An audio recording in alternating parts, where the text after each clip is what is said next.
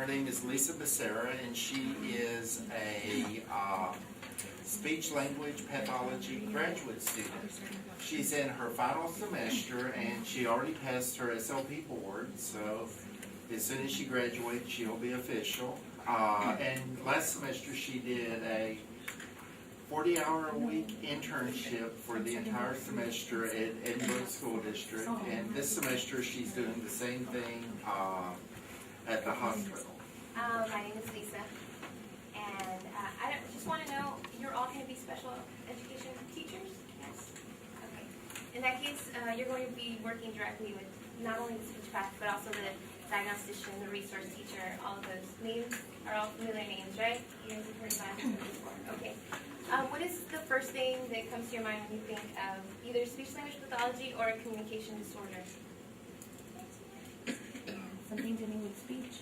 Yeah. Like lisps? Lisps, yeah. I think of a lot of cartoon characters, but that's just me. Yeah. Do you know somebody who has a communication disorder? Probably. Right? My little brother used, oh, here. Used to go into like speech, and I think that everybody knows somebody who at one point went to get speech therapy. So like Dr. Loudermilk mentioned, a speech language pathologist needs a master's degree or a doctoral degree. These are just ASHA requirements. ASHA is the National Organization for Speech Language Pathology and Audiology. And I'm sure you're all familiar with IDEA. IDEA is what provides speech language services for school-aged children with communication disorders. Usually a communication disorder can negatively affect the educational performance of the child, so it's kind of important to target them early and to make sure that the child gets the appropriate intervention that they need.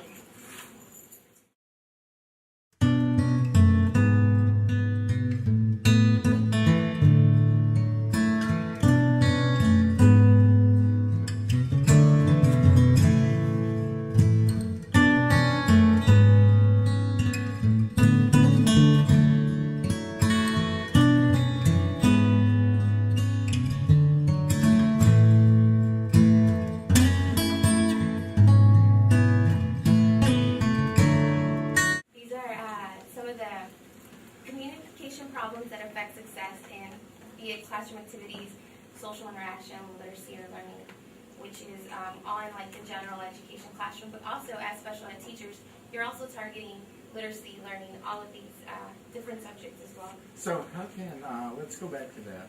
Oh, okay. So exactly how can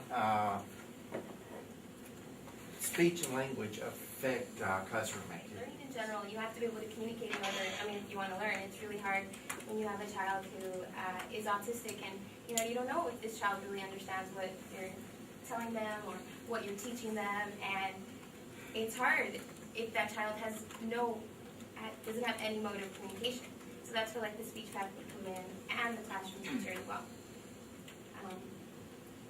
Does this answer your question, Kim? Poor communication skills linked to? Well, let's go back to the slide right before that. What is good communication? Just in general, what is good communication? It's a learning process. It's baby steps. Literally, when they start from a baby, you have to, you have to talk to them. You have to stimulate them. They need a lot of stimulation visually, and they need to hear you. And you can't just sit a child in front of the TV and expect them to learn how to talk with another person. I think that's really true. There's a lot of milestones that children in general have to go through, from like little steps as crawling to, babbling or saying their first word. A lot takes place, and I take it for granted sometimes because, I grew up and I didn't have any type of disorder. I think that right now I stutter sometimes, but I think I got it as a result of all the stress. But yeah, it's really hard. And when I stutter, it's hard for me to communicate effectively to people because I get frustrated because I guess I notice it more than other people notice it.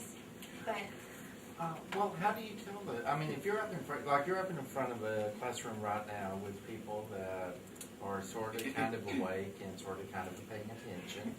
So how are you able to tell that they're actually that you're actually providing an effective communication to them? How do you know that they're What is your able name? to seek them? I know for sure Heather's paying attention. Okay. No, Because of eye contact. there you go. Eye contact, feedback. So what are some of the things that, if you were a teacher in an elementary school, what would be some of the things you would want them to look for their students to see if they're actually learning, if they're actually effective communications going on? Well, that's also later on, but just, like academic-wise, like, are they paying attention in class? Are they on task? Do they understand instructions? Do you need to be repeating instructions all the time? Is the child interacting with peers his own age? Are they talking? Are they, or maybe he's just the kid that nobody talks to, or the kid that's really aggressive and, oh, we can't sit next to Billy because Billy hits, or something like that. All of these are different characteristics of a possible communication problem or other, type of learning disability. So there you go. Poor communication skills lead to problems understanding classroom instruction and participating in classroom instruction, and also, like you mentioned before, developing relationships. It's really important for children to develop relationships because, like Heather said, it's about communication. It's about talking, about getting to know people. And if you don't have good role models or good communication partners, it's hard for that child to develop good communication skills. Even with normal people. Yeah, it is. And let's think about that. We're so used to teaching academics, whether you're talking about teaching children who the first president was, the 15 states, the chunk that I had to memorize, the prepositions in alphabetical order spelled correctly. Very important.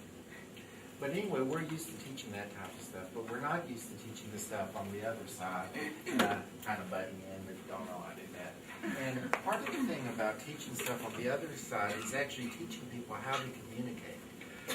A thing that most of us do naturally. It comes very easy for us, whether it's communicating with our parents, communicating with each other, boyfriend, girlfriend. I can tell by looking at my wife if she's mad or not. Usually it involves her being awake and me being around. Kind of weird how that works. But it's stuff like that that we're able to do easily and naturally, that students that have a learning disability or students that have a disability are not. Because remember, a learning disability doesn't just remain in the area of academics. It goes across to all areas of a child's life. Same thing with mental retardation, autism, emotional disturbances. If you have a child that is schizophrenic or is a sociopath in your morning math class, he's a sociopath all day, every day, and that's not going to change without a lot of intervention. And what's the age of where you absolutely have to have started the intervention by? 8. Why is that an important age? It's the first grade, and that's That's Well, when the synapses. That's where the synapses start. That's where the synapses start forming with each other, where those connections are made and where they're built up. It's like exercise.